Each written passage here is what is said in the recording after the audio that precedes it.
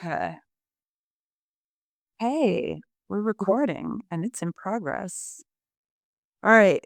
So we are doing a deep dive. I am Lisa May and I have Susan Devine with me. And we're gonna dig back into Addicted to Perfection. We're gonna dig deeper into chapters 1 and 2, as well as a preface, if need be. It all depends if we have to go back. Sue, so we've been discussing all kinds of stuff and constantly going back to this book. Um, part of me wants to say, I mean, we've been talking about this is not the direction we're going to go into, but we have been talking about the concept of men having feminine parts or femininity. Feminine what? Well, There's feminine and masculine. and it's energy. So, like, And that's a great way to start out, Lisa, is that we're not necessarily talking about female, male. Um, it's everybody has feminine and masculine energy that we work with in every yeah, human being. But this book um tends to talk a lot about women, I believe. Even though it can be applied to men as well. Um But when you hear feminine, it does mean the feminine energy. yeah. So that's an important distinction that everybody does get confused on. And one thing I will say about this book is, like you said, it's definitely feminine forward or female forward because they are talking about women. Although she did in the beginning, she does mention this guy who was an alcoholic. I Mm. do think she tries to go back and forth. I Yep. think what makes it female forward is this definition of a negative mother. And I know those 2 words may have people turning this off. They don't wanna see this. They don't wanna know. Trigger warnings. It's a very, like, taboo subject. Yeah. Um, the only reason why I feel I can talk about that is because I am a mother and I am a woman. There is something with women where there is a darkness that we ourselves are afraid of as individuals. We're, like, afraid of ourselves. Yeah. And what another thing that we talk about a lot is what I call the cover up. I've literally had women say to me, people very close to me say, "Oh, I don't talk about that. I skip over that." And it's a very dark part of them, which doesn't make it efficient for us to have a relationship. And so I'll have a come to Jesus moment with them and they'll go, "Oh, we don't go there." Or that doesn't happen. Or Yeah. there's a different label for something. For example, if you're abusing someone, if you're getting domestically abused, they say, "Oh, I just straighten them out a little bit." I'm sorry, what? His black eye. That's not so you like cover it up, cover the whole thing up. Um, and so we're dealing with that darker concept, that darker cover up that somehow a mother has the talent to do. A woman has this innate talent to do.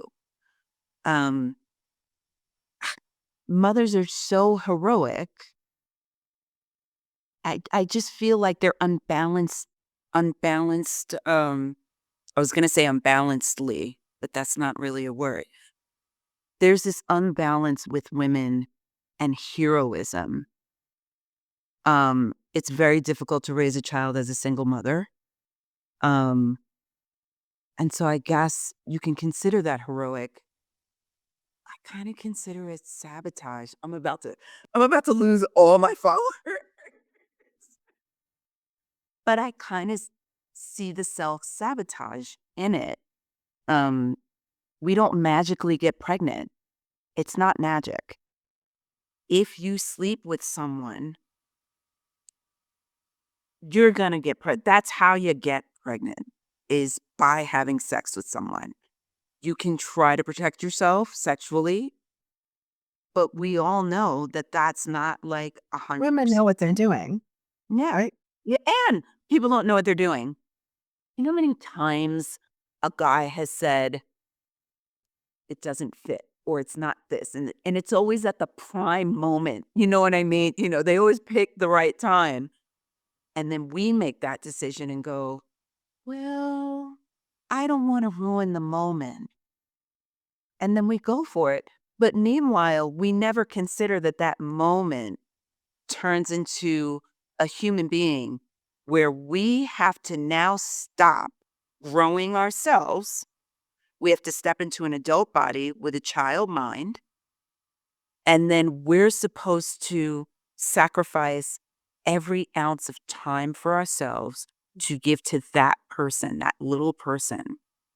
Imagine the pressure that child has now. Yeah. Well, and our society, as you know, hasn't the resources haven't been there, and our society is not built to, heal ourselves. No. I mean, it's getting better. Trauma has become a lot talked about. Um, but still, we don't get brought up to, like, focus on ourselves, to turn inward. Everything is outward, Yeah. and especially when we're young, like, everything is outward focused. How am I gonna be successful? How am I gonna find a good man? Like, everything is out. And so the inside has never been dealt with. So then you have kids, and then you continue burying yourself because it's all about the kids and the husband or whatever the situation is, right? Women take care of everybody else. And then I understand now why, we're both in our 50s. Oh, um, why I say that? Um, that it's the natural time after you're done with all of that.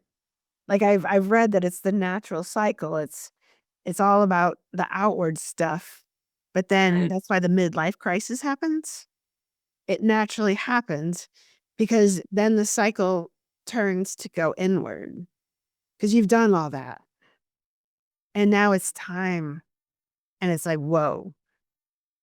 And it would be great if our society got into this inner work gets done or starts to get done at a much earlier age. Yeah. Then it's not a big dump. It's time you get into. Well, we spend our entire lives thinking that we're not supposed to be heard. Yeah. We spend our entire lives trying to figure out, like, how can I say this in a way that will be acceptable? Or how can I fashion this fib and still somehow wrap it around what I want and I get what I want out of it, as opposed to just saying, listen, I'm here for this, that, and the other. I'd like to do that. There's so much fear in speaking what you think. Mm. It's Yep. really bananas to just take what's from the inside. It's much easier to just memorize a script and say it over and over and over and over and over again. That's why customer service is so easy. You just Yeah. And I know I discovered that I was a big talker and talk too much sometimes. Um, but it was like this energy that just, like, needed to come out. Um, and that I realized that I was spending all that energy talking, but I really wasn't using that energy to speak my true voice. That was buried underneath all the surface talking, right? And I and think I don't that's so think that common, especially in it women. Like, a lot of women are big talkers, um, and I'm noticing it more and more, and um, not really great at doing the listening part. and I I'm really working on making sure I'm being a better listener, okay, rather than waiting to talk. right. I'm And it definitely takes not time. that person, you know? It takes time when you've been talking for 50 years. Mhm. Yeah. You're like, "Oh, wait a minute. Other people have stuff to say, and it might be helpful. It might very well be helpful." I I do don't think understand some I was gonna side. say, I do think it's because it's one of the reasons why we are so tired. Like, women Yes, women are heroes. They're constantly taking care of people, blah, blah, blah. But I think one of the reasons is the amount of energy we use to talk because we're trying to be heard. But the person that needs to hear us is ourselves. But we're too busy burying wherever that information is we're trying to give Well, ourselves. the true voice is underneath what all the yapping that's happening, right? Exactly. Exactly. Exactly. Yeah. It's so interesting. I what I was gonna say is I now understand silent retreats. No, I first was gonna go this. I thought about going, and but then I still didn't understand it. And then one day I was like, oh, gotta go, gotta go. Yeah, right? Because it it's a training and it's like a muscle. So we're so used to just talk, talk, talk, talk, talk. And I'm sure the men, if any men's listening, they're like, oh my God, make her stop. Because men, I mean, men overtalk too. I'm not saying that. But Women have an innate talent. I know some men who I don't know what their deal is. I like those particular men, like I don't know what came over them. Um, but women have an innate to go on and on and on about just these tiny little, it's like, wait a minute, what's happening right now? wait, I don't and they go like all over and you have to like follow. And like men are like, can you just like get to the point?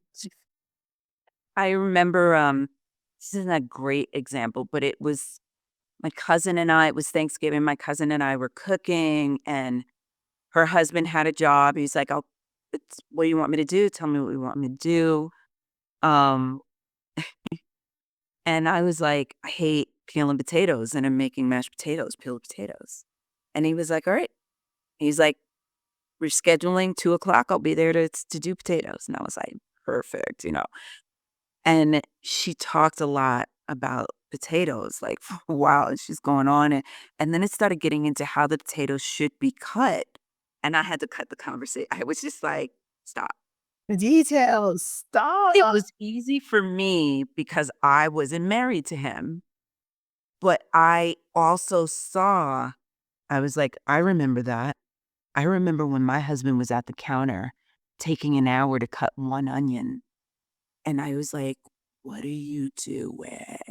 But I was like, "Blah, blah, blah, blah, blah, blah, blah, blah, blah, blah, blah, blah," you know, and this kinda and I just looked at her. Number 1, you're not gonna win. There's a reason why they do it. I don't know what it is, but get out. But but why waste all that energy? And I finally looked at her. I said, "Stop." And I looked at him and I was like, "I am potato captain. You cut those potatoes however you want.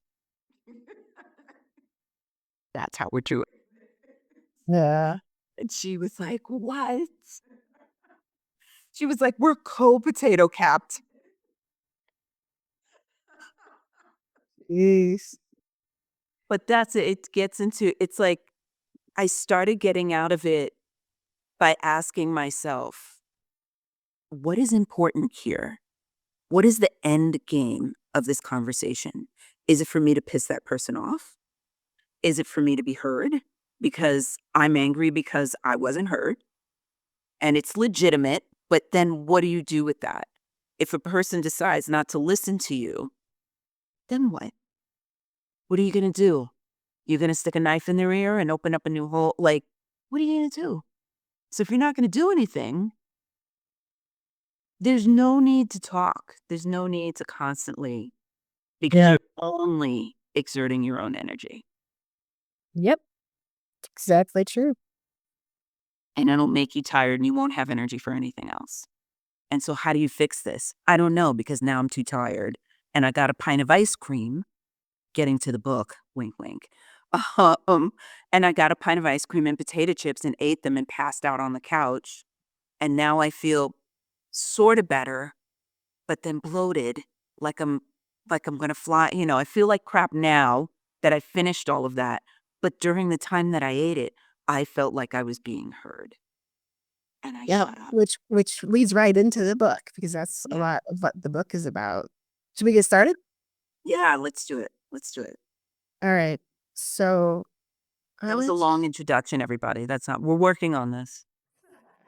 And this is The Addiction to Perfection, by Marion Woodman, and it's the still unravished bride. And Marion Woodman is was a Jungian analyst. She's now passed, and I've come to love her works because I've never read anything that was so every single word, every sentence is like an embodiment, and very deep that you have to read it kind of slow. Um, she's an incredible writer, and I'm sad that I discovered her after she passed. Um, but I highly recommend this book. And the thing about these books that ask you to look inside, like, you don't have to share this information with anybody. You can read it privately. You can talk to yourself privately. Yep. You're allowed to do that. No one's going to know what you find out about yourself. It's It between you and yourself. Yeah, it's actually a good book to sit by yourself and process. So, by us going through and highlighting some pieces of the book, it'll just open up some conversation and hopefully inspire others to read the book.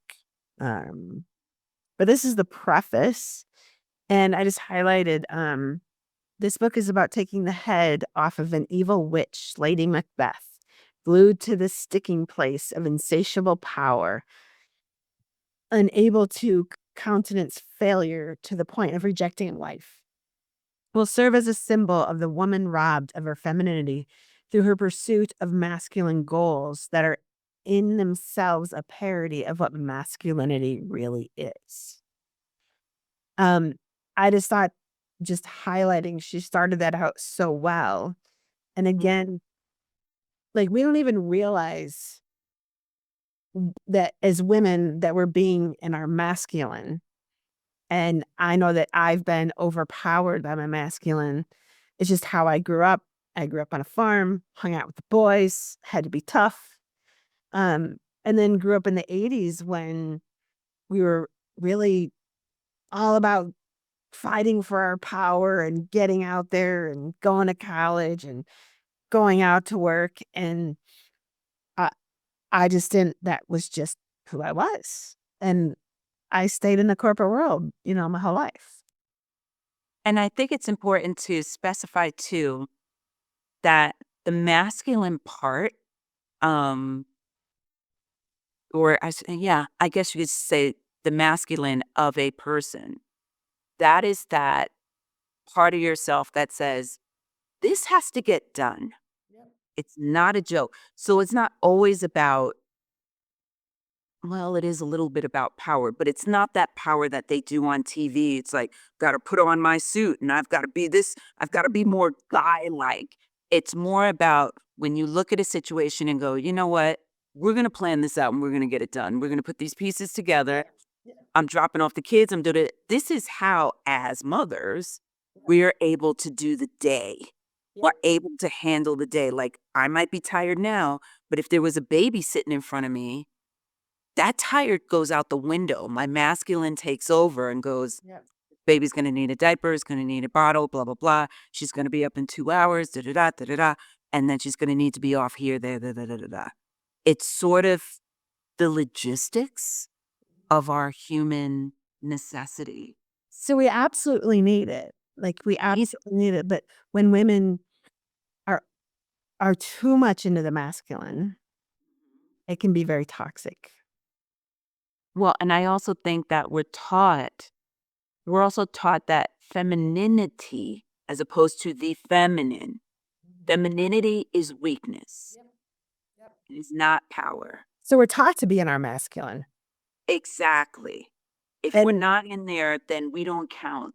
yeah, and we don't even realize so much what it means to be in the feminine, to receive. Like I know for me energetically, I was always like forward motion, power, power, power, just move, move, move, get things done Mhm. rather than sitting back in my chair and receiving. I do have a hard time receiving, even compliments. Um, Compliments. Yeah. I Very. get really awkward at a compliment, and I'm really trying to train myself to respond differently.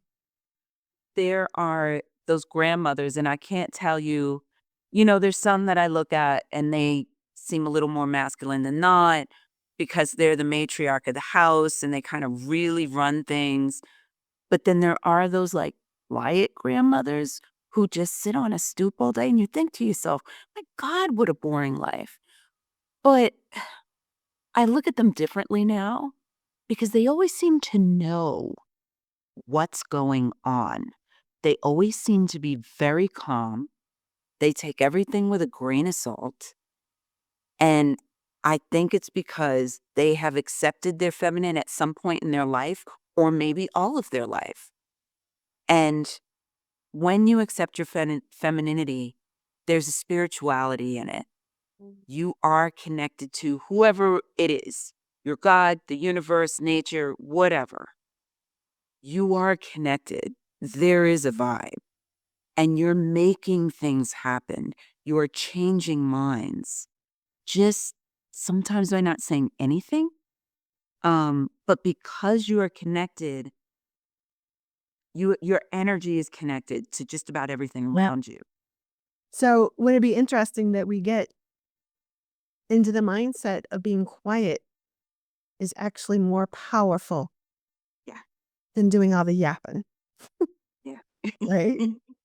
As most husbands would say. Yep. The guys are listening, they're like, "Oh my god, yes." Did she just tell women to shut up? Yeah. Here's another one, and most people don't women, like, don't even think about this, because our society is all about linear thinking. We grow up and this is all, like, normal. We get into school, we get taught linear, the clock, linear, everything's linear. Um, Linear thinking does not come naturally to me. Moreover, it kills my imagination. Nothing happens, no bells ring, no moment here and now, no moment that says yes. Without these moments, I am not alive. And so rather than driving towards a goal, I prefer the pleasure of the journey through a spiral. I ask my reader to relax and enjoy the spiral. And like this, that right there means so much to me because, and maybe that's why I enjoy her writing so much. And I realize that if I try to write, it comes out very robotic because I have been in my linear thinking my whole life. And I would love to be able to write like her. Not me not be as good as her, but at least like I can, be somewhat in the realm. Because she's a great mentor just by reading her books. Is Mhm. when you're in the here and the now and you write in the here and the now, that's embodiment. But when you're up here in the left brain thinking, you're disconnected, Yeah. which is where most of us are. And women don't even realize that linear thinking is not natural for us. I think it's an overlay that happens almost like a muscle that's built just growing up in this society. Yeah. And I do think there's this, it's a survival tactic. I think a lot of it is just getting out of the way. I need to get out of this. I need to get out of that. Just sort of ditching and dodging whatever else is going on around us without walking through the situation in our own strength. And I think it's also too to extrapolate because we're not in our feminine, we're never exactly comfortable. We're not Yes. comfortable We don't being even that realize why. right. Because Right. because we're up here a lot in our masculine, and I mean, I became an accountant. That's all masculine. Yeah. It's all masculine. Yeah. That's how my brain operated. And so if you do that all day, the basic thing is women are creative creatures, not that humans are not. We all have to create in some way, shape, or form. This is not about painting, singing, writing. It's not about that. It's about it's more about your problem solving and how you go about it, Right. how you live your day-to-day life. Like, you have to be creative to get out of traffic. What's another way to do this? You have to use the creative side of your brain to do that. There's no other way around it. And an artist, like, if somebody's painting, Yeah, then they have to be in the here and the now. yeah, And they are in their imagination and they are in their creativity. So they naturally connect to that yeah. femininity. But all these like corporate jobs, it keeps us up here in the masculine. It's why it breaks them so much. They're just like, "Can't do that, can't do that." Um, yeah. So here's another one. Now let me ask you a question. What page is that on? It's very small here. I'm gonna enlarge it, I don't. but it's small on here. Oh, wait, I wasn't able to enlarge it. Never mind. I wasn't able to enlarge it before, but now I can. Never mind. Okay. Um, so this next passage, I love how she brings in mythology in here, and it's, um I've really been inspired with Carl Jung, with Marion Woodman, um, and I need to go read Joseph Campbell. I wish I would've gotten into all this stuff at a younger age. I didn't, so I'm learning now, and how important mythology is to our lives. We all have a personal myth, and how we could how like the meaning, behind the myths, and I really wanna, like, learn them more now. Um, but this one is, "If we look at the modern Athenas sprung from their fathers' foreheads, we do not necessarily see liberated women. Many of them have proven beyond question that they are equal to or better than men, excellent doctors, excellent mechanics, excellent business consultants. But they are also, in many cases, unhappy women. I have everything, they say, perfect job, perfect house, perfect clothes. So what? What does it all add up to? There's got to be more than this. I was born, I died, I never lived." Often behind the scenes, they are chained to some addiction: food, alcohol, constant cleaning, perfectionism. As already mentioned, much of this book concentrates on eating disorders. But I am convinced that the same problem is the root of all addictions. The problem manifests differently, of course, with the individual, but within everyone, there are collective patterns and attitudes that unconsciously influence our behavior. I mean, how many times do you hear a woman say, "I've accomplished all this, but this is my vice. This is my vice, girl. You know I need my this because I'm a hero." And no man appreciates that, or my family doesn't appreciate that. Mm. It's constant. These are my vices. This, you know, I have to have a bottle of wine tonight because I got my this, whatever it is that they accomplish, but no one cares. So, And somehow wine can really get a pass because in was the 90s, late 90s, early 2000s, wine just became a thing. one gets a pass.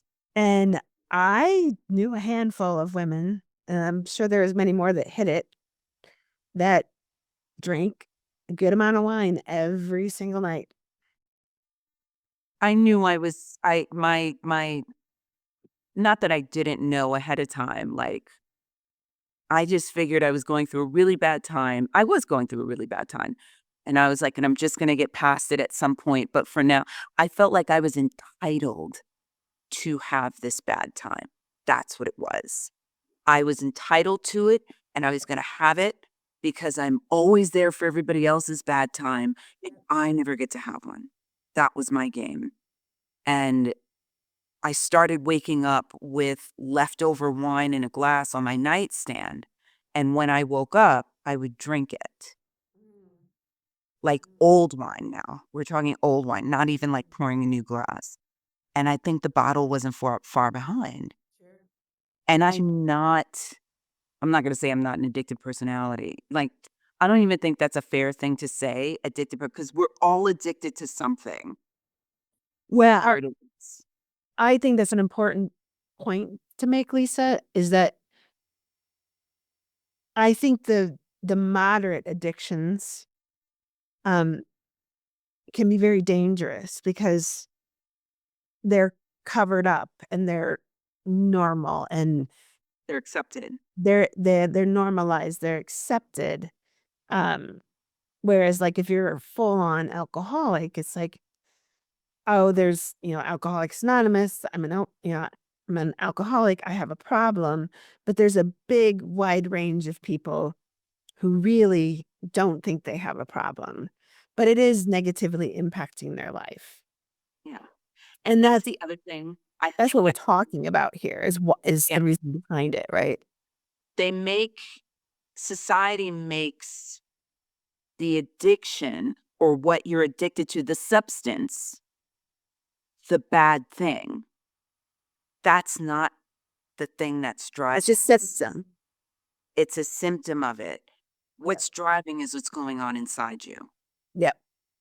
And I know that when I got into my wine phase, um, Carrie and I would be like, "Oh, we love wine now, and I was so stressed at work. Let's open up a bottle." And it just made me feel so good because it was like, "Oh, let's take the stress off of the day." Um, Mhm. and yeah, I Shake felt 'em up. entitled to have that wine at night. Uh, Yes. and then it just kinda became a thing for a while Yeah. and not cheap? And not cheap. And when it does go cheap, it's terrible for your body. It's horrible. Oh, yeah. Here's the other thing is that there is this entitlement to drink the wine to help you shake off the day, but what you're really doing, the entitlement is to cover up what you've been covering up for years. Yeah. Years. And you're covering up the fact that you're not listening to yourself, you're not validating yourself, and Yeah. it's the reason why you feel unvalidated in the world itself. The world, society, people is simply a mirror Yep. what you're doing to yourself. And again, I'm probably going to lose followers. Mhm. You don't have to talk to people about this. You simply have to talk to yourself. There should be no reason to be afraid to face your own self.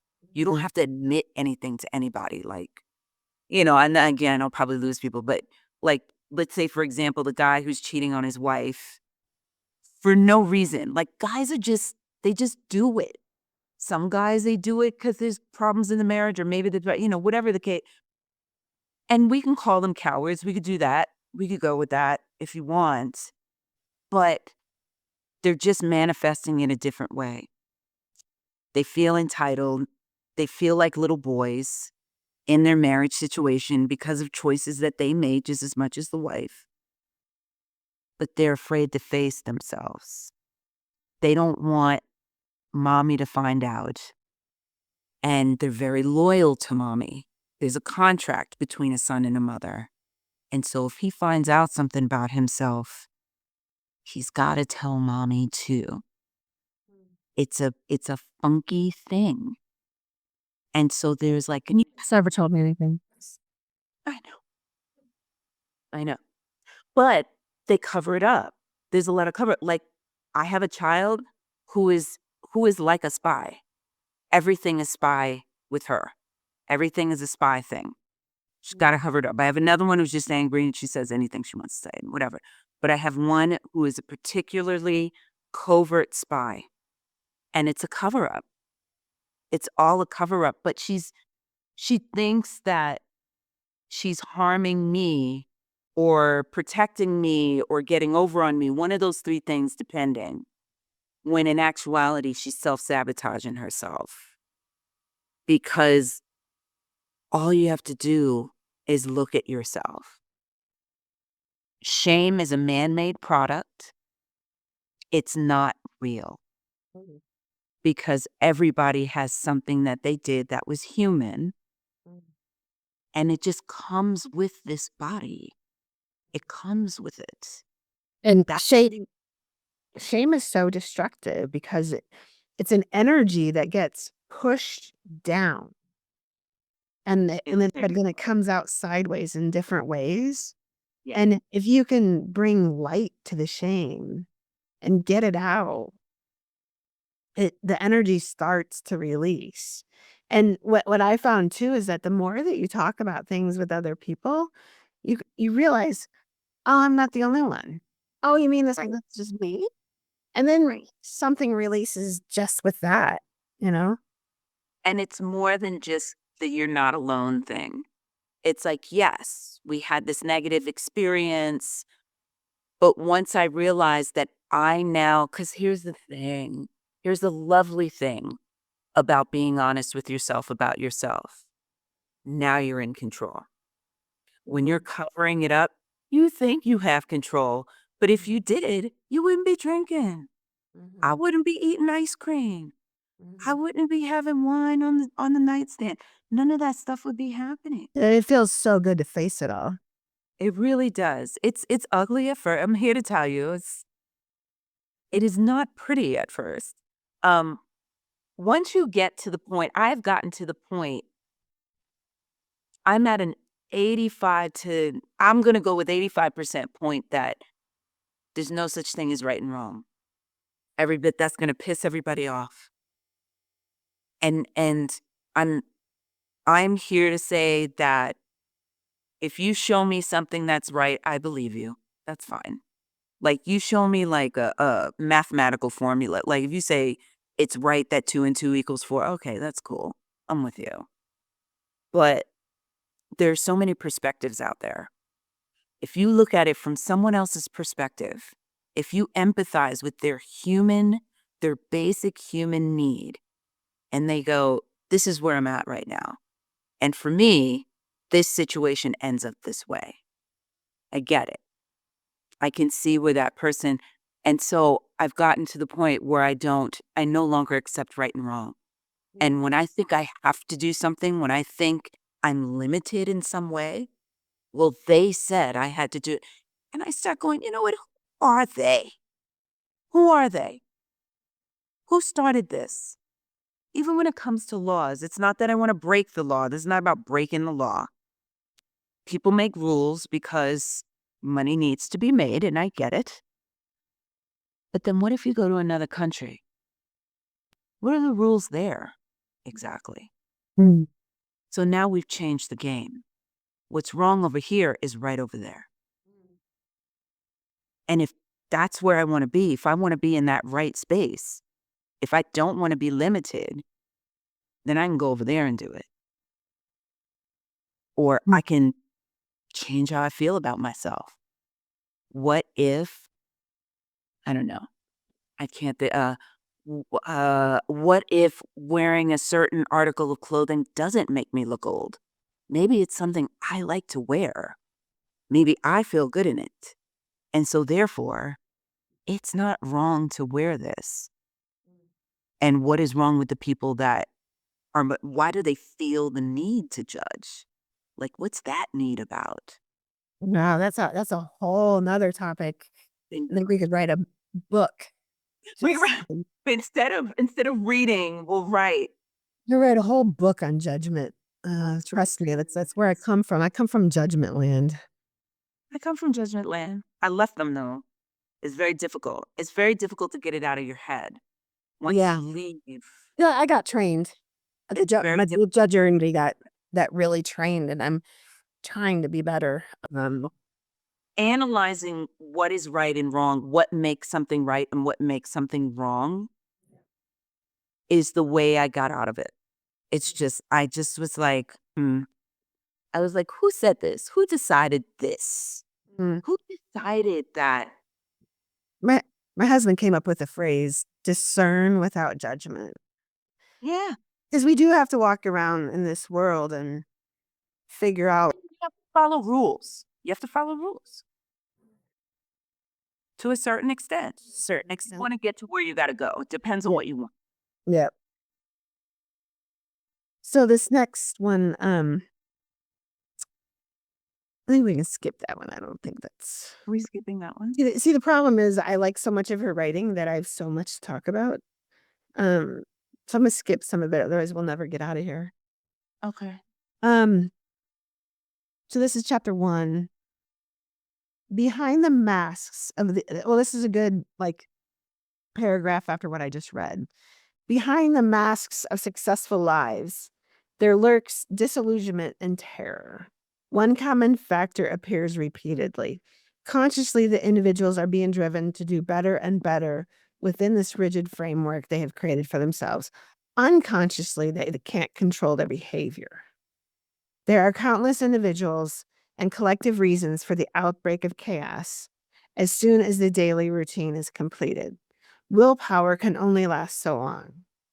If that willpower has been maintained at the cost of everything else in personality, then nothingness gaps raw. When in the evening it's time to come back to oneself, the mask and the inner being do not communicate. I thought this was so profound, um, because again, we were talking about like coming home, and I know that I was very driven. Type A personality, very driven. It was all about succeeding and getting ahead, and like, it was job, job, job, job, job, and, if also because I was the breadwinner, so I had a massive amount of stress on me that I had not been prepared for and did not do well with that responsibility being on me for a family of 4.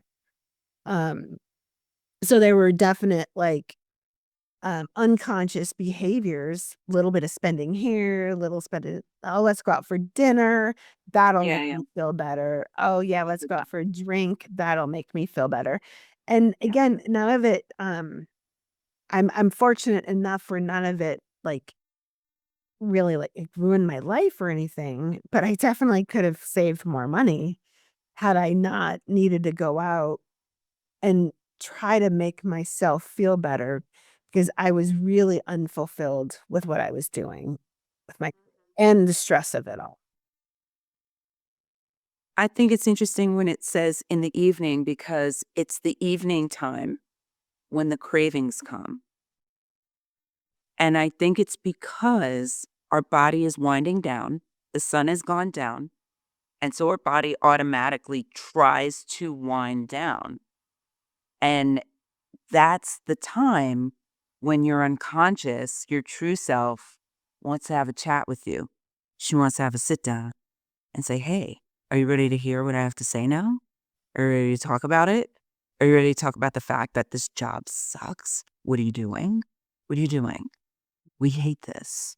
Yep. Do you want to talk about how you avoid me at every turn?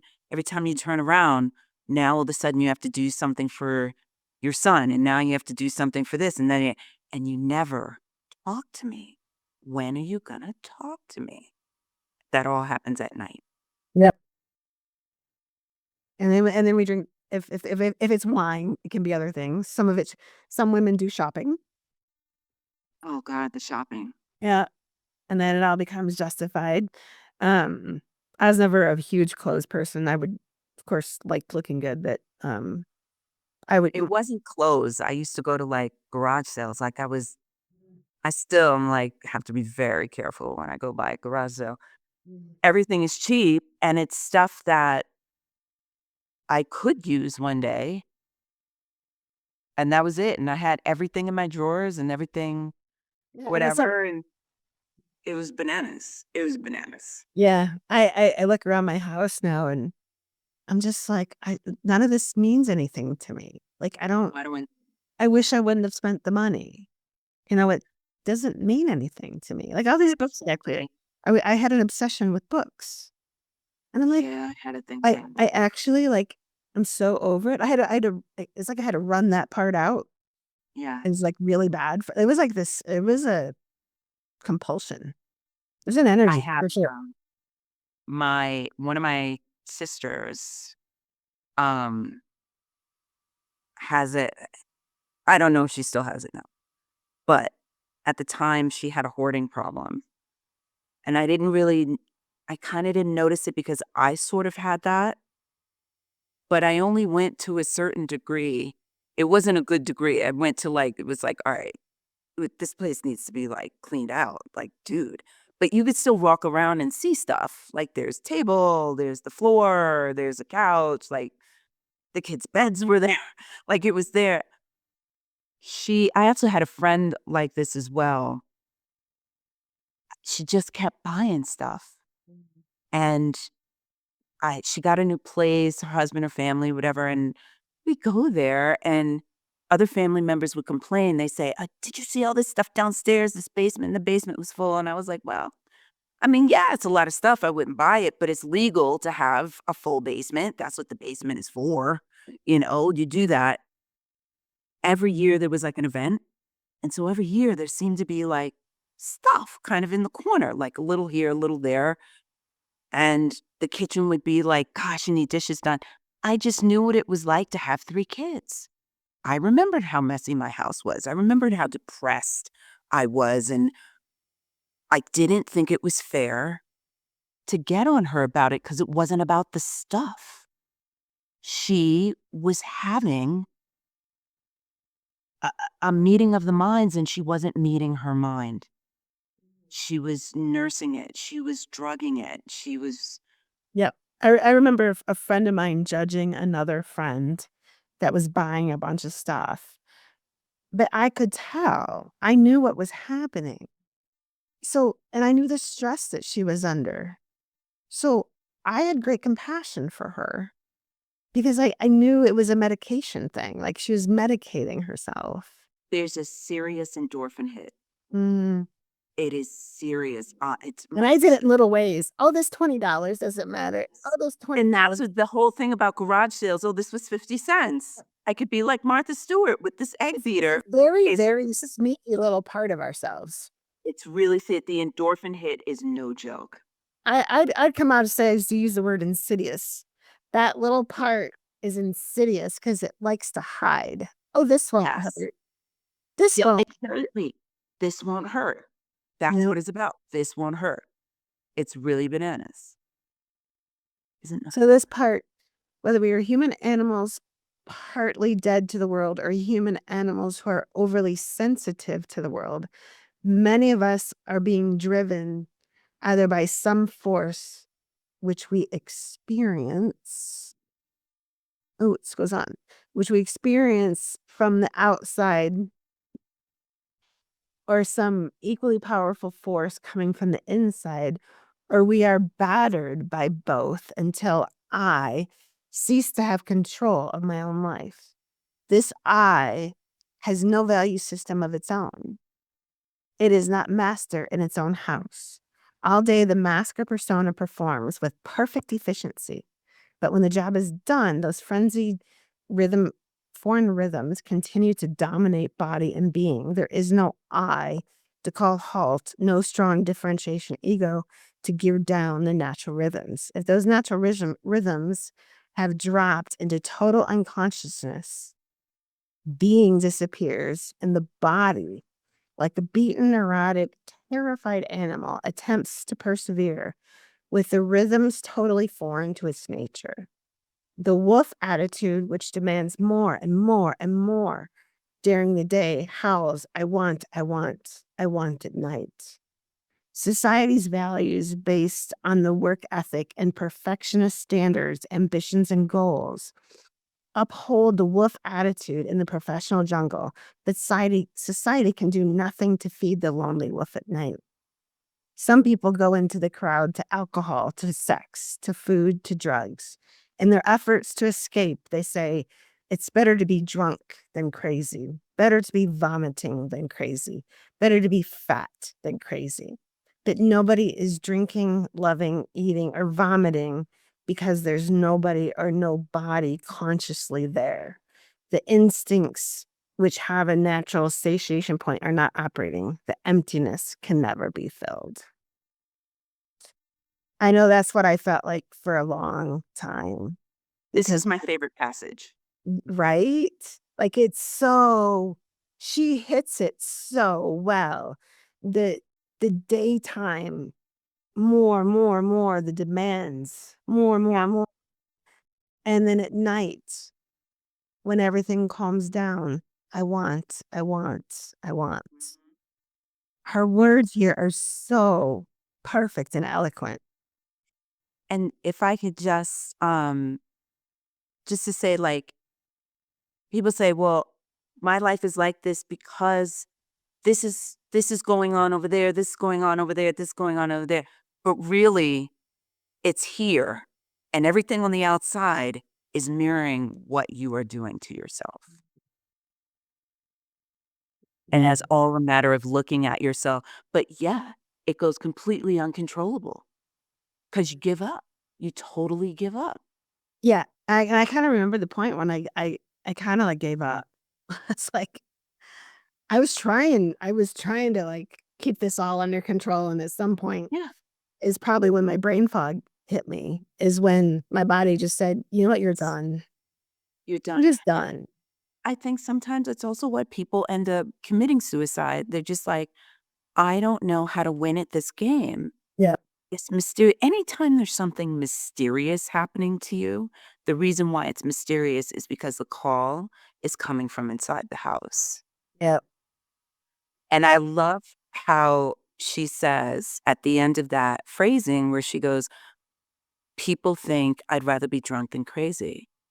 I love how crazy commiserates with having a conversation with oneself. I mean, how many times have we heard, are you talking to yourself?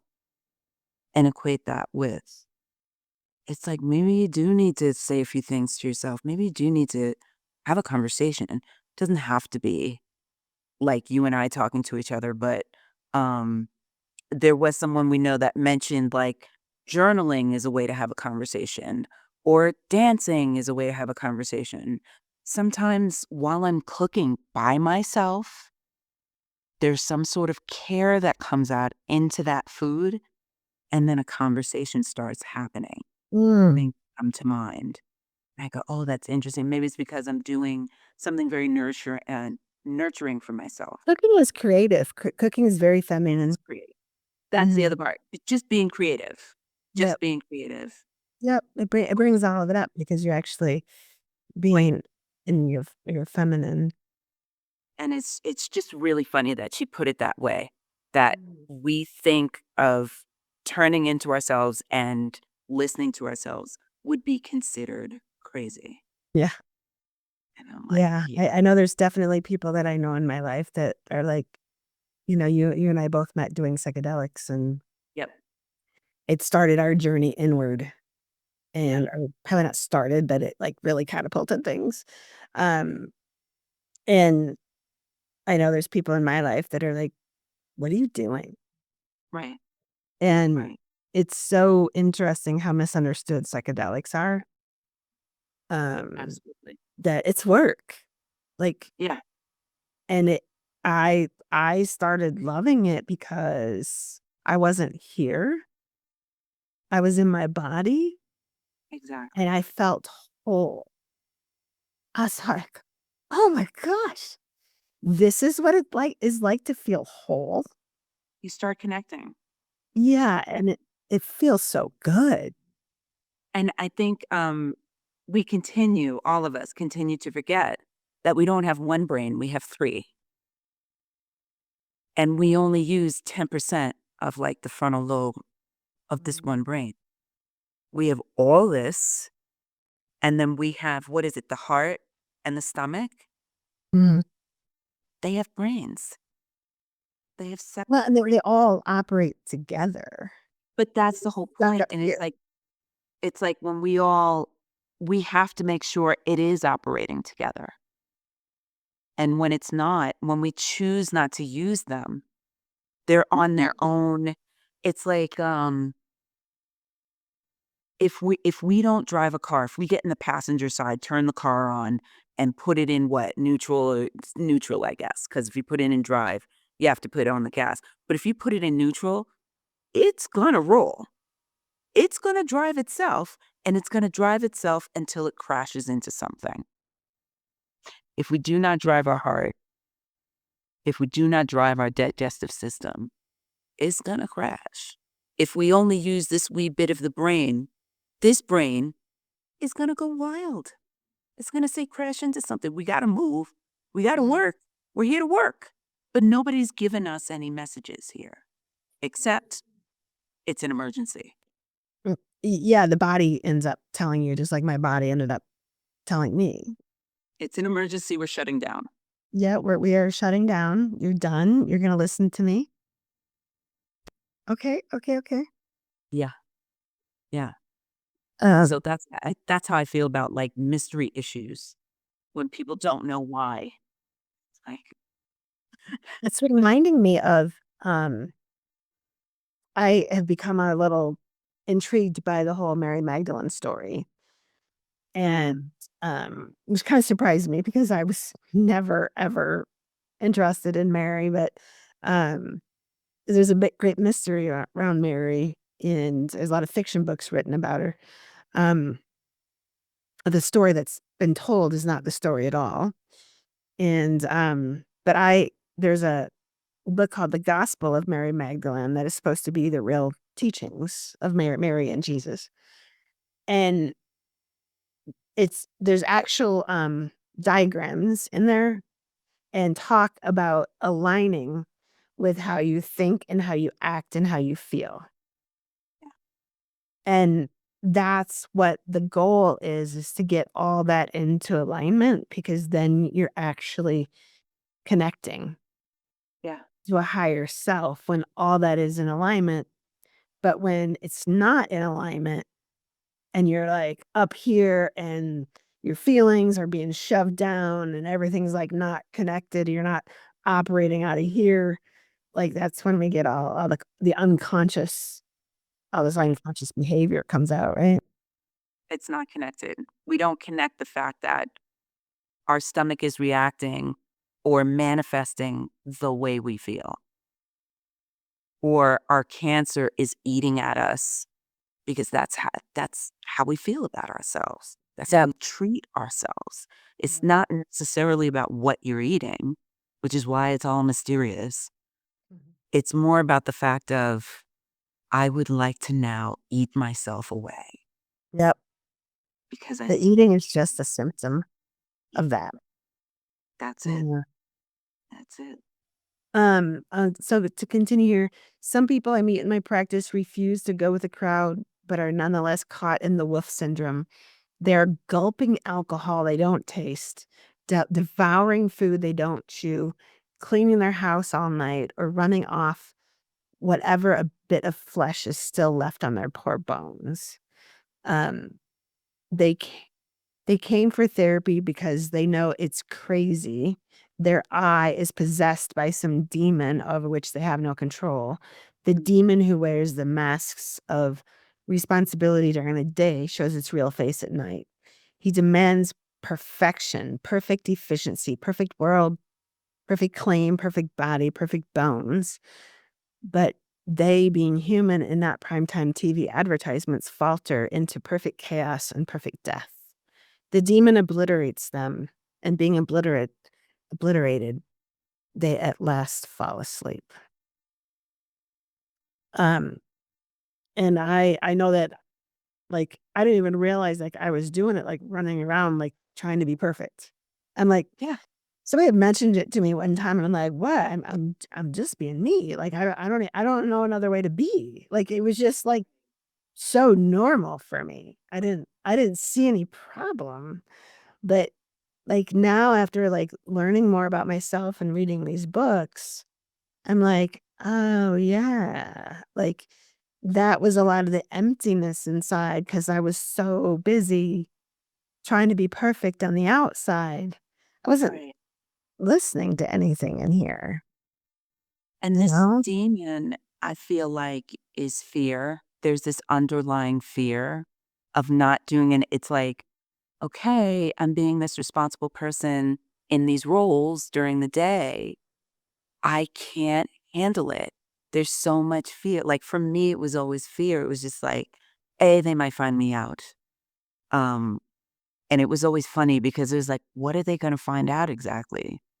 Like, you have the skills to do whatever it is you're doing right n like, dude, why are you upset? Why are you scared? But I'd make up all these fearful things. So the entire day, I'm a basket case because nothing came out perfect, but I presented it as perfect. Meanwhile, whoever I presented it to did not see that there was even a necessity for perfection. You know what I mean? Like, they're like, "I didn't realize that was a conversation." They're just like, "You went and got the thing? Great. That's part of your job. Cool." But to me, it had to be this big production of perfection and, bells and whistles. Not only did I bring you the thing, but I brought you the thing with these bells and these whistles and this and that. And give me some love. Tell me I don't have to do this anymore. Yeah, of course they don't. Because I should. Yep. Please tell me you love me because I served up something so amazing. But in actuality, it's just, no, that's just your regular role and it doesn't have to be that fancy. It's just work. Just do the thing. Just do it and give it to me. I can now see how annoying I was. It really hurts to actually, see That's some of the my the behavior. little shame part, like, looking at, in the beginning, there was much, much more shame, Yeah. but I don't know how to tell anybody who's dealing with, like, shame, humiliation. I don't know how to tell you to get over it. It's such a common thing that I'd love to take the shame away because it's it's really not it's It's not our fault. it It's doesn't exist. our It doesn't society exist. creates all of this for us because, It's a we're method driven of into mass control. It is totally a method of mass control. it is. It really It's madness. It really is absolute madness. because that was the whole thing. I think it started even though I was nowhere near, getting rid of judgment and this and that, but it really did start with gay people. Um, and I didn't necessarily keep up with what was happening because I wasn't a part of the group, like, I didn't see that. I shouldn't say I didn't see that, but I wasn't a part of it. I wasn't a part of it. But I knew it happened. I knew that they got abused. I knew that they got, shunned and all that kinda stuff. But I think it came to me at whichever gay young person this was who was totally beaten, like beaten to death, and it made the news and this and this. But it made the news like a couple of people. This happened to like a couple of people. And it was in the Midwest. And I started like noticing the laws. And it was like, it's illegal to have sex in this position, this way, with this anatomy. And I'm sitting here going, hang on, how do they find out? Because if that's your home, It's true. that's your bedroom, what's the deal with that? And after a while, I thought, who decided it was illegal to have sex in a way that is pleasurable to you? When did that start happening? And who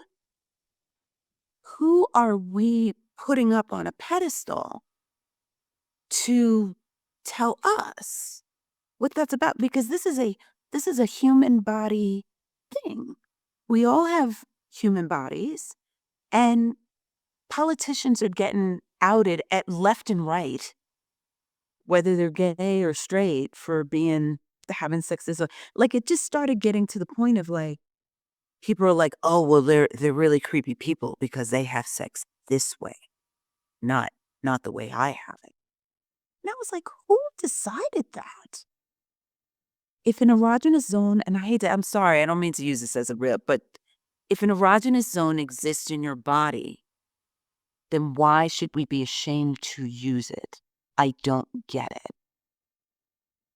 And so that was sort of the beginning. And I'm here to tell everybody I'm the most boring. I'm like vanilla, vanilla. But I started looking at other things in my life, and I started looking at other things on my body and going, why would I be ashamed of that? Why am I ashamed of this gray? Granted, I don't like it, but I just don't want to color my hair every 1.5 weeks. I'm not interested in doing that, but I'll color it at some point. Everybody has this. So why am I? Well, it's all about appearances, right? And We're all now caught up on how we I appear to started them. breaking down shame and going, wait, this doesn't actually exist in our bodies. Mm. None of this exists. But it does. It does exist in your body. We were trained on it. Yes. DNA, like it flowed through mom and got into our blood system. But And shame is very contractive, and it really hurts the body. it's the most damaging thing And of all. shame versus being expressive, which is But an it's here though. Like it really, but our body is trained to but it's react. the body's holding it.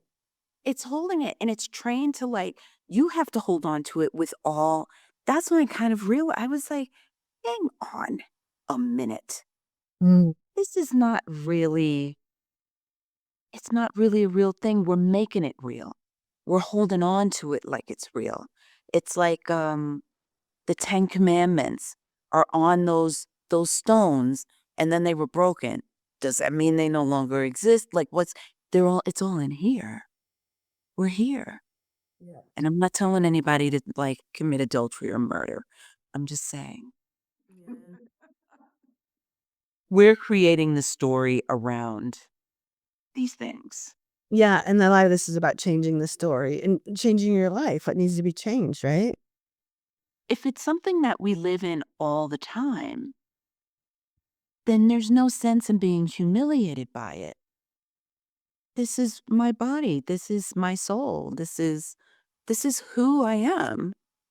Why am I trying to be humiliated by it? Doesn't make any Yep. sense. I know. It's all we all let's Especially burn if all the that person stuff. next to me, other people have the same bodies, Yeah. other people have the same issues. My issue's not like his issue. You're lying. It's a lie. Yeah. And yourself out. Everyone lies. Oh, by the way, everyone lies. We lie all the time. So just We lie to ourselves first. lie to That's how ourselves. it starts. We lie to ourselves. Um, Okay. let's see. It learns to hold perfect tension between a firm standpoint and the surrender to the creative feminine forces within. Its penetrating power inseminates and releases the creativity of the feminine. Interesting Feminine choice of is, word there. yeah. The feminine is a vast ocean of eternal being. It was, is, and shall be. It contains the primordial animals, red in tooth and claw. It contains the potential seeds for life. It knows the laws of natures and exacts those laws with ruthless justice. It lives in the eternal now. It has its own rhythms, slower than those of the masculine, meandering, moving in spiral motion, seemingly turning back on itself, but inevitably attracted to light. It finds what is meaningful to it and plays. It may work very hard, but its attitude is always is one of play because it loves life. It loves, and if that love is penetrated, whoa, oh, that if that love is penetrated by the positive masculine, its energies are released to flow into life with a constant flow of new hope, new faith, new dimensions of love. But the spiritual feminine is always grounded in the natural instinct, so that no matter how spiritualized it becomes, it is always on the side of life. And in this, it is different from the over spiritualized masculine and meta woman, which tends to seduce us into the sleep that ends the heartache that flesh tear. Good sailors. I love that she uses sailing metaphors because I use them a lot in life and I love sailing. Good sailors in the storms of life use their own eye, their own ego to discriminate in what situation to use their masculinity and in what situation to use their femininity. They build their ego strong enough to ride the power of the wind and wave. And the ego could only be strong enough. It's supported by the wisdom of the body, whose messages are directionally in touch with the instincts. Without the interplay between spirit and body, the spirit is always trapped. At that very moment when it could soar, it is undermined by fear and lack of confidence because it cannot depend on the instinctual ground even for survival. Without that ground, the body is experienced as the enemy. Like a boat without a rudder, whirling in panic-stricken circles, the sailor may be dragged into a vortex of paralysis or terror. If, on the other hand, spirit and body are attuned to each other, each complements the other with its own special wisdom. And again, that's that alignment Yeah. with how we think and how we act and how we feel. And if those three are not in alignment, and how we feel is in our body, and if we're not feeling, we are, especially as women, our wisdom is in our body, but we learn to hate our body. So So crazy.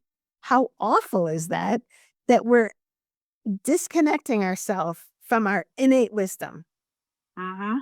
because we're raised to be up here and our body's bad and all the body shame. And the disconnection begins very young. And what I can kind of glean from this too, when they're mentioning ego, because ego is a good thing, Mhm. A healthy. but it only works when you have the wisdom. Yep. You need the wisdom with it. Need the wisdom.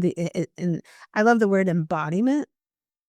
Yeah. Um, how to live an embodied life, that you're in your body rather than running around like a chicken. Like it's like this body's Well, running around disconnected. constantly thinking about the next thing. Yep. You're doing one thing and we're praised for it. Yep. Oh, she's really great. She's probably got about 1,000 things in her head while she's feeding these kids. Oh my God, she's amazing. Blah, blah, blah. But in the actuality, it's like, where's your wisdom located?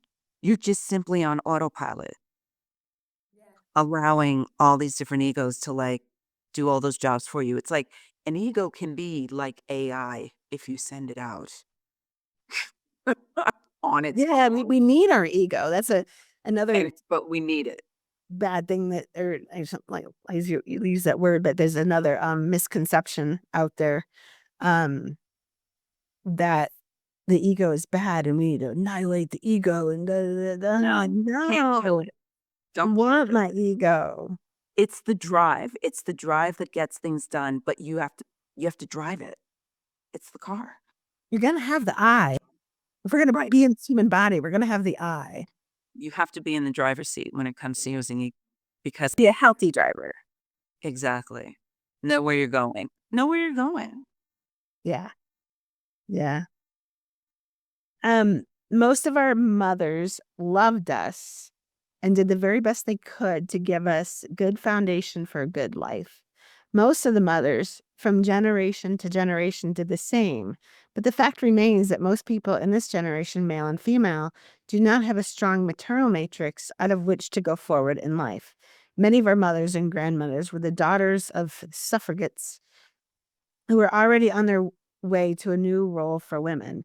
Some of them longed to be men, some related to their masculine side and dominated the household with masculine values. To the atmosphere was geared to order, to goal-oriented ideals, to success in life. Where's this in? Success that they themselves felt they missed. What this makes me think of is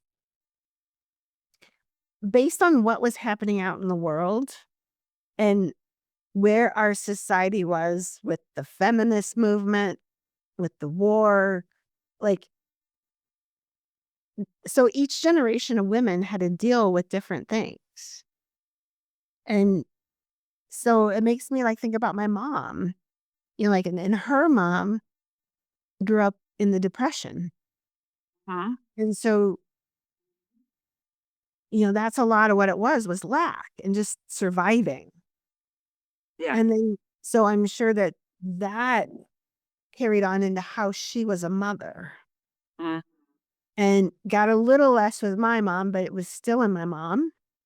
mm, And then that mothering carried on to me, and it got into me, and I didn't like it. And I like, get this out of me." But it was in me, yeah. like fear of money, fear of not That having enough.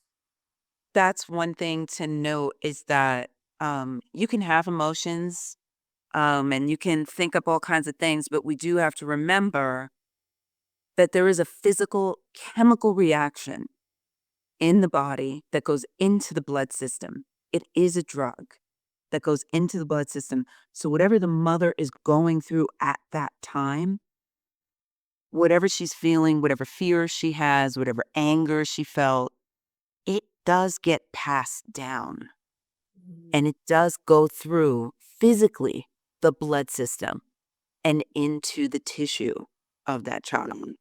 Yep. And it's up to the child to shake it out. But they end up taking it. When you feel a certain way and you don't know where it came from, typically it's from the generation before. And then they got from the generation before.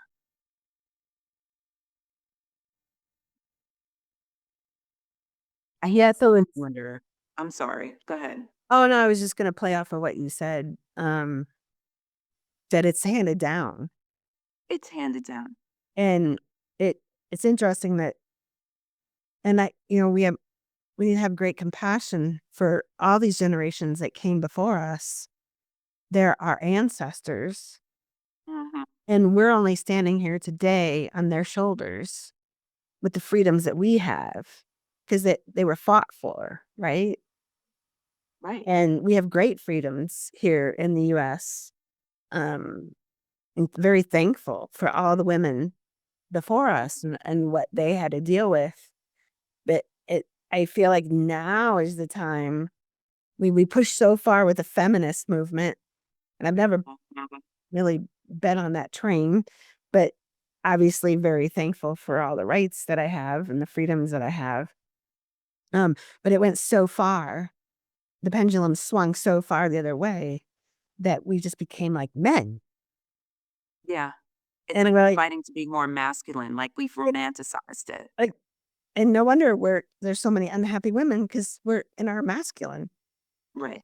And so I Exactly. think now is the time to swing the pendulum back to the middle and find Yeah. that balance between the feminine and the masculine. And I don't, we talked about this one time. I don't know who's emulating that out there that well. I have no idea. I mean, to be honest, I even think Marion Woodman, well, like you said, it would be nice to just see her in person and to see maybe she would be that person. Maybe I don't think Marion Woodman is that because I don't know what that looks like. And so we don't see her. Yeah. Um, She's but got a lot of videos out there. They're fun to watch. I do. I do. I've watched a couple of the videos. Um, I almost feel like she needs to be masculine to get this stuff out. Mm. Like what she's saying is remarkably deep. And no one's willing to say it. Mhm. Everything is behind closed doors. And there's only been a few doors where I've heard a few things. And I was going to say about my daughter is that she carries a lot of fear, she carries a lot of reaction to experiences that she never had. I had them, but she didn't. And I would be like, why is she acting like this? Like it would really piss me off. I'm going to tell you right now, I would be very angry. Um, and obviously that anger was misdirected or was covering a lot of hurt. Um, Maybe because I knew that I passed it on. I was like, somehow she got my thing, even though Yep. I don't act like that. Yep. But she was a mirror to say to me, hey, you're in here like this. Yep. You have these feelings. You're burying me. You're burying yourself. Mhm. 6 feet under. She can't breathe. this is what your daughter is showing you, what Mhm. your inner self looks like and feels like. When are you going to get with the program? And I just get pissed off. I would just be like, stop acting like that. Stop acting like you It mean it's you. it's hard to see that mirror, yep. It's really bad. It's really bad. Yeah. I think this is the last passage I'm gonna read because we're at an hour and a half here. Yeah. Um, Thus, instead of fulfilling her feminine role in relation to her man, that is, instead of helping him to keep in touch with his own feelings, values, she mocks his masculine ego and points him in a direction which alienates him from himself, from Mhm. her, and eventually from the whole cosmic structure. Encapsulated in their ideals and their projections, they lose contact with the intimate bond that kept them human. So now imagine a man going to have an adulterous affair. That's a quick moment.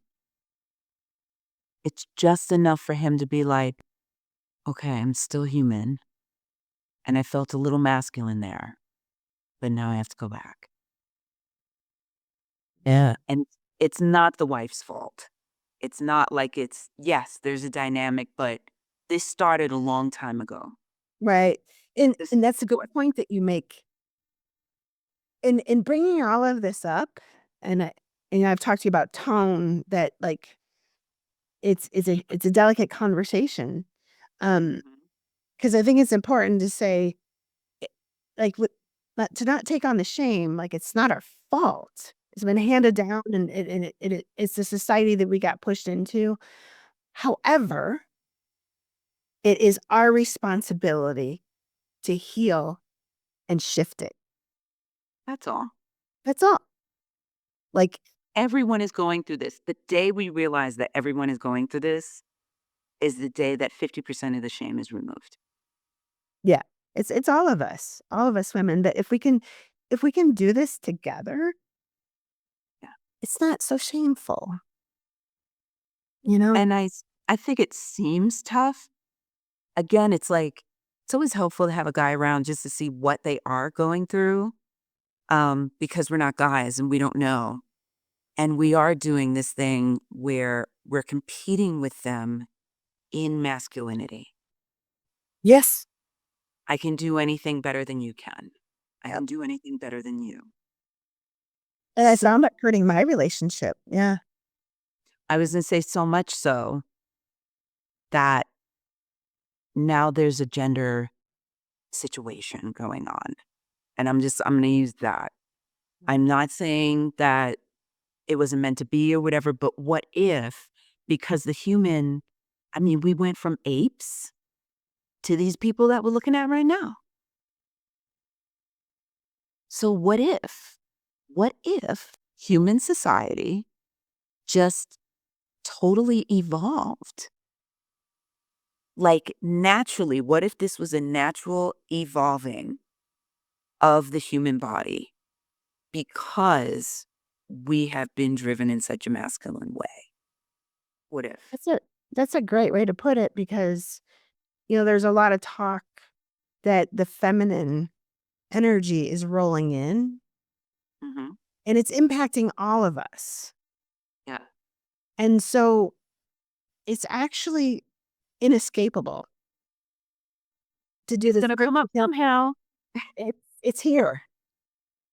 And I do think that there is confusion about the feminine. And that's what brought you and I into this situation. Yep.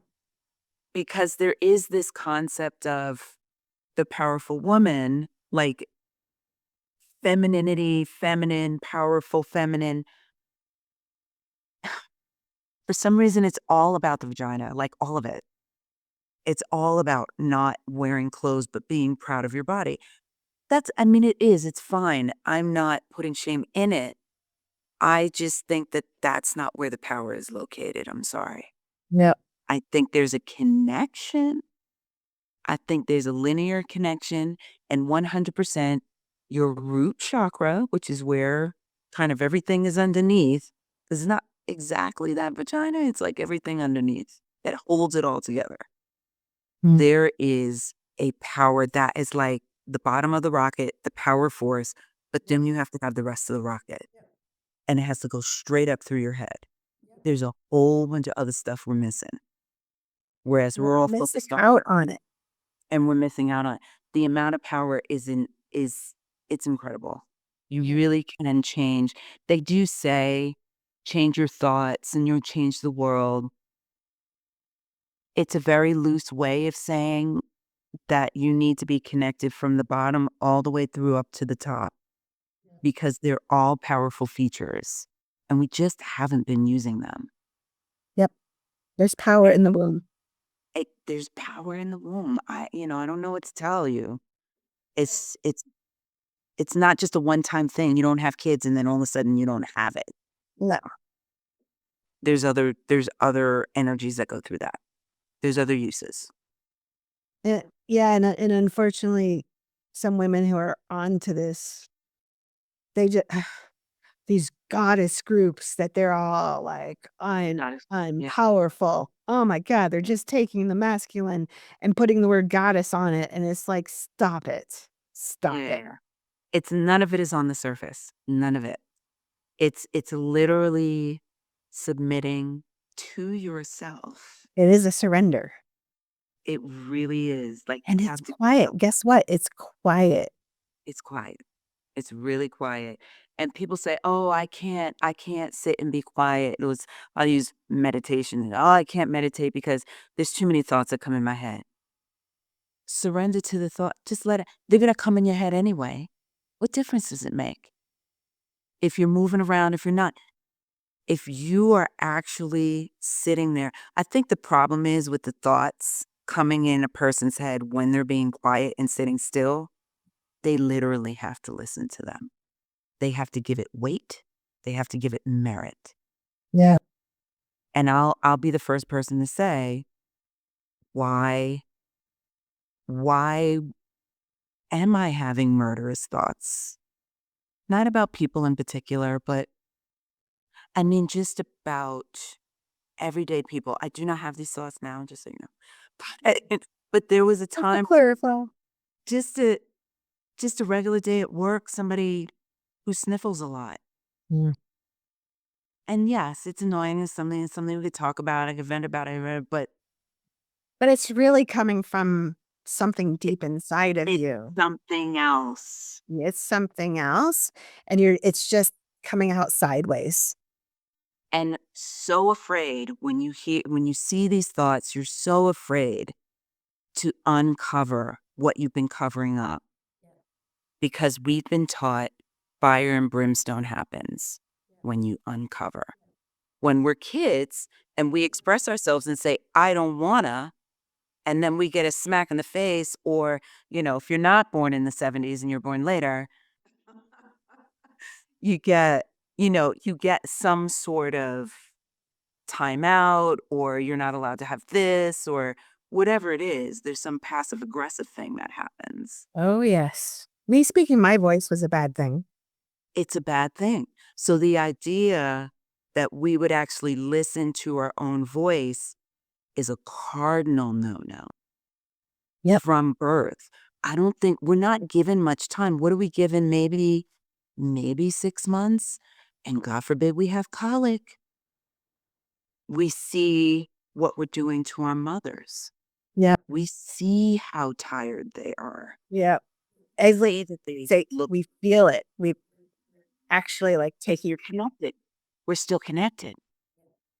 And so all of that, we carry that with ourselves and we're like, nope, bury that down because our mother, she You can't don't take wanna upset her. And it's even I can even say it's more than that because they have some sort of depression. I'm not gonna go into it, but look at this movie called The Witches or The Witch. It's on Mubi, Mubi. Look it up. And it talks about postpartum depression. I think there's a little bit in it every time you have a child. Any woman that says that was the best time of my life, I'm sorry, I don't believe you. But it doesn't mean that that doesn't happen. Right, right. Doesn't mean I wanna leave my life open for the fact that that happens, but you are bringing home like, it's very real when you bring home a baby. That's real. Your life really is changing. This person never is leaving. And what is she doing? She's crying. Crying? Why? Why are we crying? What's happening? And to think that your love, your hugs and your love is not enough to quiet the baby. Mm. That's a big deal. And the baby sees that.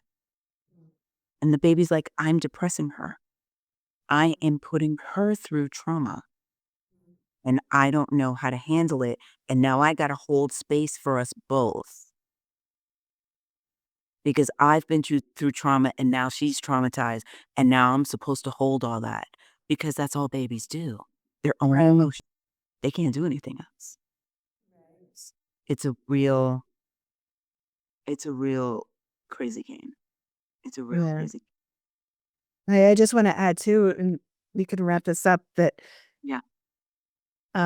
sorry, what was I gonna say? We're talking about babies, children, oh, that are also speaking our voice, not only like how we were raised with punishment, um, Mm. and not speaking our voice or, feeling our feelings. That was a no-no as well. Um, but our ancestors, remember, women were hanged and drowned, and when the feminine was more in their feminine power, It was um, snuffed out. snuffed out. So I think that there's also that in us. It's terrifying. Yeah. Yeah. And It's a that's I real want to thing. go back with the baby and the trauma. It's that that baby is thinking, I don't want to cause any more trauma. But you're grown. I don't want to cause trauma by speaking out, but you're grown. Mm. But the ancestor, the um And that's as passed women, down.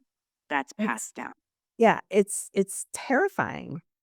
Yeah. And we don't I think that's something that really needs to be talked about, because some people think, "Oh, that's just like woo-woo stuff." Like, no. No, That's women in were our hung DNA. women It's were in our hung for being bone. like, what was it? Midwives. They were just hung for being doctors. Mhm. That was it. Or herbalism. Yeah. They were just doing herbs and this and that. Not to say that people weren't doing black magic or whatever, but and then let's, in another show somewhere, talk about, what really is black magic?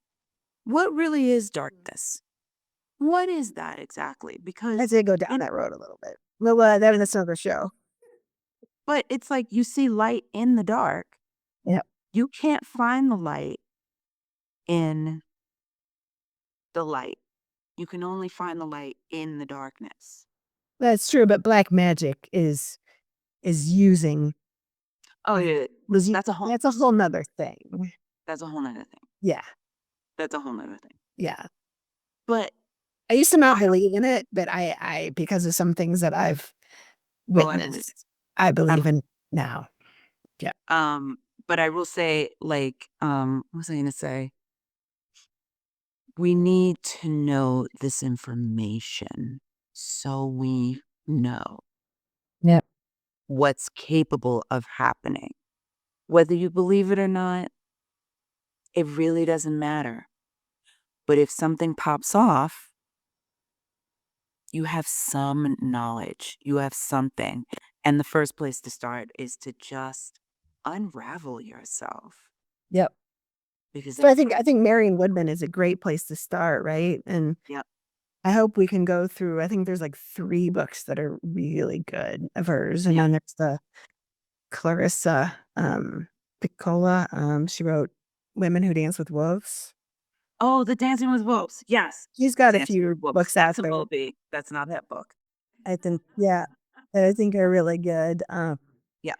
but I've been kinda wanting to find, so my ancestry goes back to Europe, and it it when I was the last time I actually worked with a shaman a few months ago, we were talking about my ancestry, and I was researching my ancestry, and I got kinda really fascinated with it, and then I realized we're really cut off from our ancestry, because we came over here to the US, so my ancestry. I don't know where your ancestry is. My ancestry is Europe.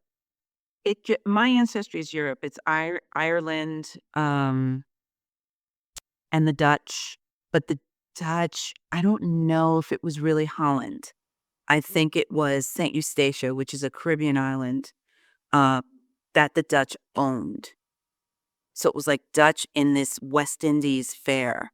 So there was this weird mix going on. Well, it's not weird. It's just sus. Um, but Irish English.